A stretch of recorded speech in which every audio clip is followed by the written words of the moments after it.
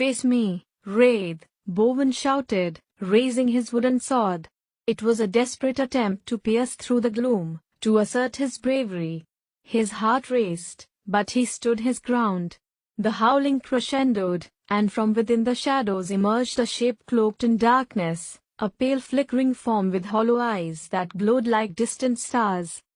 But instead of attacking, the Wraith hesitated. Bowen was no ordinary villager, he was a boy with undeterred bravery. "Why do you haunt this forest?" Bowen demanded, his voice steady despite the trembling of his knees.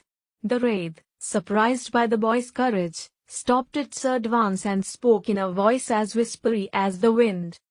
"I seek not to harm, young warrior. I wander alone, for I am bound by sorrow, cursed to roam until I find my way home." Bowen felt a pang of compassion. "Then let me help you. Tell me how to break your curse." With a quiet resolve, Bowen listened.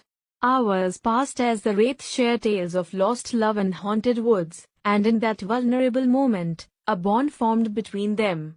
As the dawn approached, Bowen learned that only by confronting the memories that bound the Wraith could it finally be free.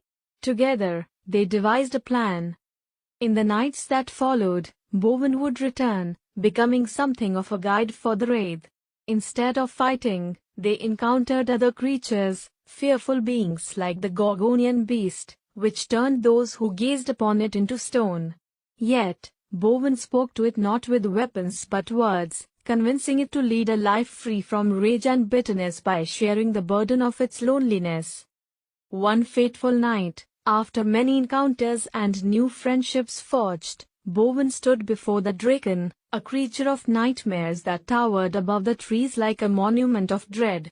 Its eyes burned with hunger, and for a moment, Bowen's resolve wavered.